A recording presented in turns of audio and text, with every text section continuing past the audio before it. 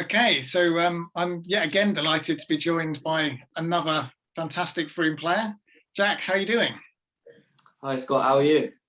Yeah, good, good. Well, who cannot be good? Absolutely buzzing is probably the words that we're looking for. Yeah, definitely. So just tell us about obviously the feelings after the last game. Yes, it was a hell of a win.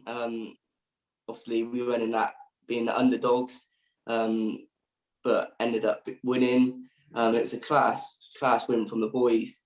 But yeah, it unbelievable feeling. What was it like in the dressing room afterwards? Buzzing is one word you could call it. Everyone was obviously so happy and glad that we won. And if we just go back to the game itself, at the time, unfortunately, obviously for you, you're on term on rotation on the bench, watching the team do so well, and then getting that nod. I believe it was at 2-0. We saw you sort of strip off. And yeah. So at 2-0, Danny obviously spoke to me and said I was coming on. But just as I was getting ready to go on, they scored. What was obviously made it even more tense. But he decided still to put me on. And then come on, and it was tense all the way through, but we got there in the end. It was but yeah, it was real tough game, especially against Oxford, because obviously 2 leagues above. But yeah, it was hard. But I think that's a good sign of trust, isn't it? That obviously in that crunch period, bring yourself on. Yeah, exactly. Yeah, it's good to know that obviously he trusts me, especially come on at 2-1. 15, I think it's about 15-20 minutes to go. But yeah, it's good. And was it in your mindset when you came on to sort of go, well, this is a team 2 divisions up, or was it just, I know my job, I know my task? Yeah, it was more just, I know how Greasy wants us to play now, and it's just get on there, do our jobs, and then hopefully get the win. And you got that win.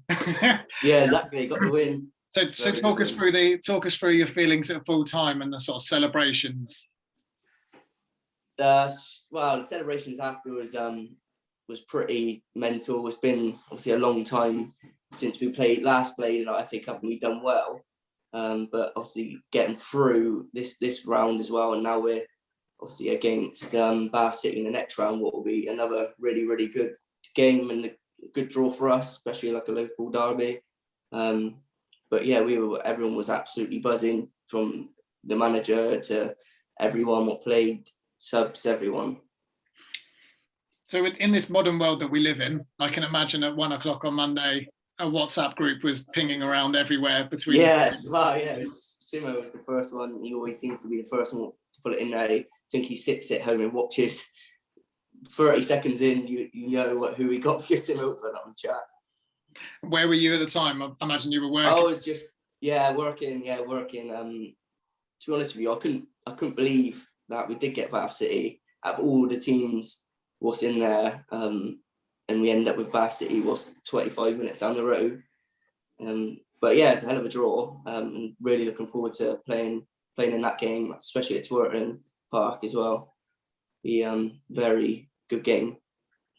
I imagine, because I see you at the games and I can see you're very well supported by your family members that come along. Do you think there'll be even more family members coming? Yeah, I think so. Yeah, especially for that game. I'm getting get quite a few people come up and watch anyway.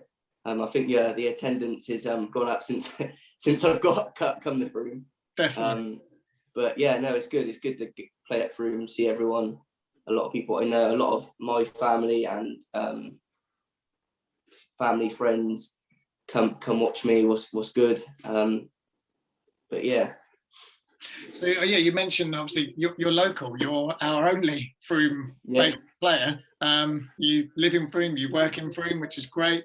Do you feel a kind of pressure on that at all, or is it something you think the fans have embraced? Yeah, no, not really. Not a pressure. That was my aim, to get to Froome eventually, and with the fans as well. They've sort of made up a little song already. What's nice to hear on the pitch when you're playing. But the fans are so good at Froome. for us, especially in like hard games, Oxford games especially. Like they sort of get you through it with the amount of people that come up and watch it through is good. So, and that definitely always helps the boys when you're up against it and you can hear the fans cheering for you to get the win.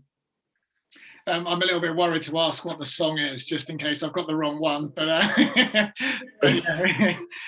yeah, the fans chanting at the weekend was fantastic, and I think the Oxford fans as well. Hats off to them. It was toing and froing, and I think it really felt like a proper cup tie on Saturday. Yeah, definitely. Yeah, the Oxford Frome fans were going, and it was Oxford fans. But it was always good that we did get that second goal, just because obviously it's a tough team and got to get behind the ball and defend, and then to get that other goal, what Joe scored was a good push for us to sort of sit in. A fantastic finish from Joe as well. I think something that he'll remember for a long time. Yeah, definitely.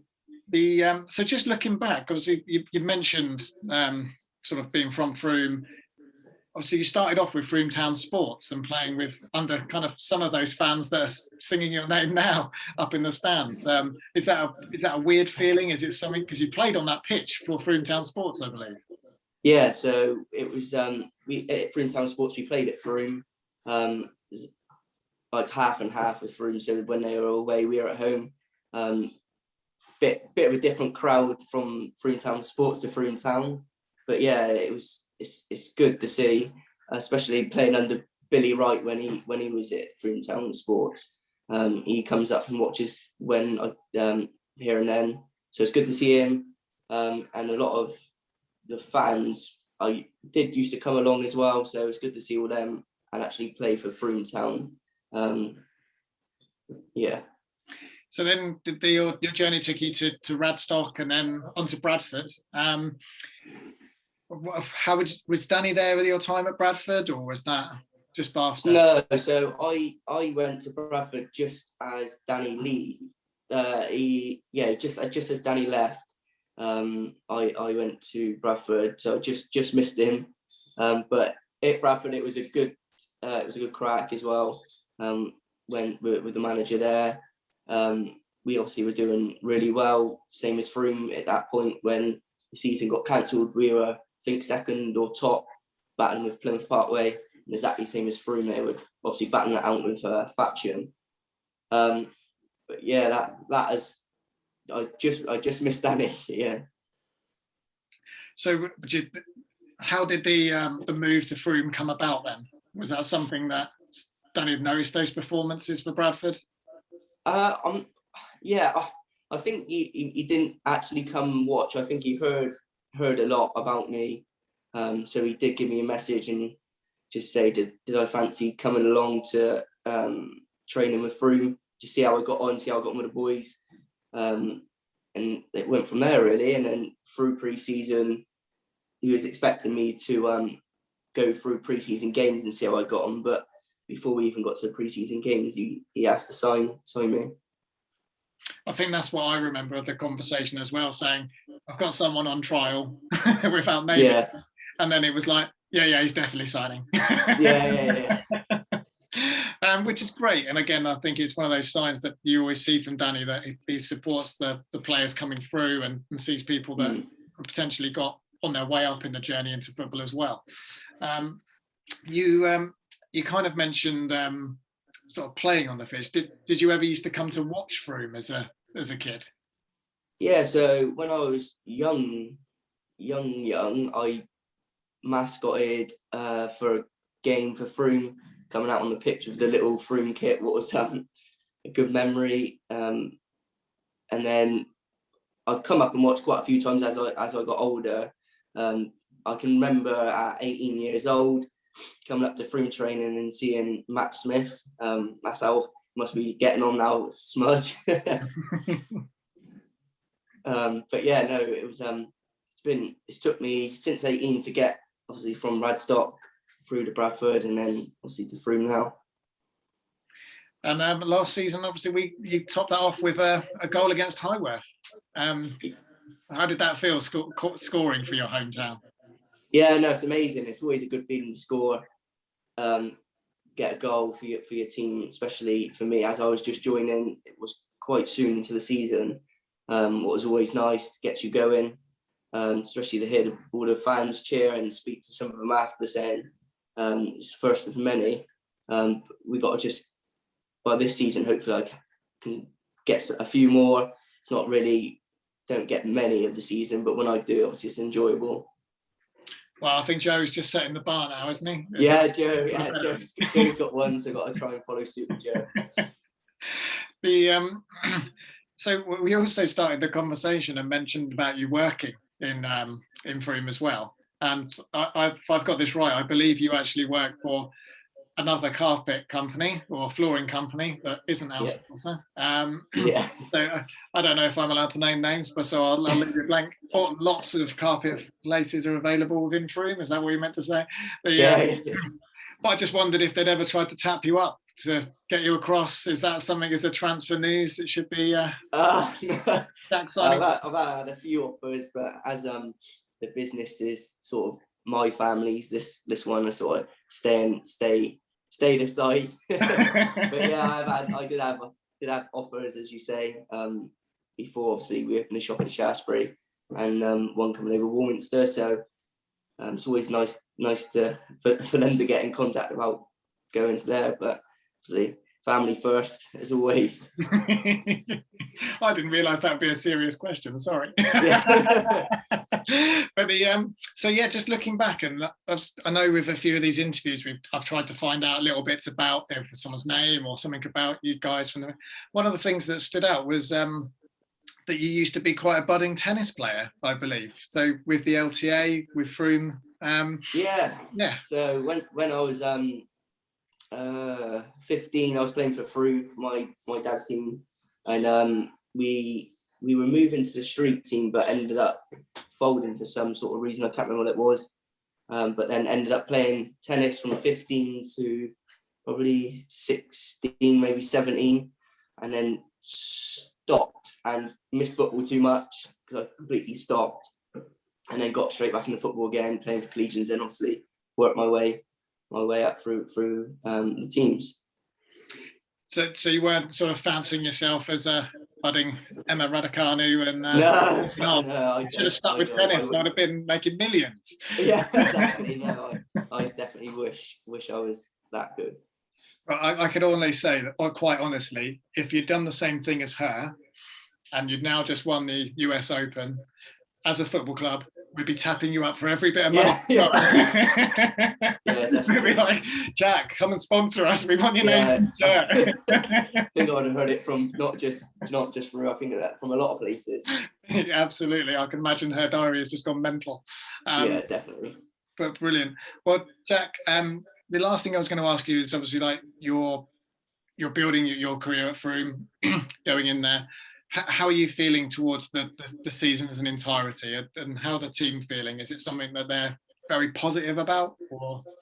Yeah, definitely positive. I think all the boys, we've all got like the same target we want to get to. We want to get promoted this year, or even playoffs. Obviously doing a nice cup runs, always nice to get far in the cups. But main priority is definitely the league, and that's what all the boys and me want, to be challenging up there and hopefully get promotion. So with that, we've got Lymington up next. Is that a team you're familiar with from your times at Bradford? No, so I've never played against Lymington, but the next two obviously we take game by game, but the next two league games are massive for us, especially going into the Bath City game as well. It'd be nice for that to be set up as well. But the next Lymington and Tuesday night is at Bideford. They're two massive games for us. So we're definitely looking forward to them. But Bideford's a bit of a trek on a Tuesday night for everyone who have to finish work early. But yeah, we're really looking forward to it. And that's followed up by the week of cup games, isn't it? So you've got what is it, Bath City on the Saturday, Western on the Tuesday, on the Saturday. So all away. Yeah, exactly. So 3 cup games. It'd be nice to. That's what I mean with the 2 league games was coming up. It would be nice to get the 3 points in both of those to push on for the look. And then we can all look forward to the 3 cup games and try and go forward in them as well. Brilliant. Well, Jack, it's been absolutely brilliant. Thank you again for your time this evening, and good luck on Saturday, and come on, you Robins. Thank you very much, Scott. Thank you.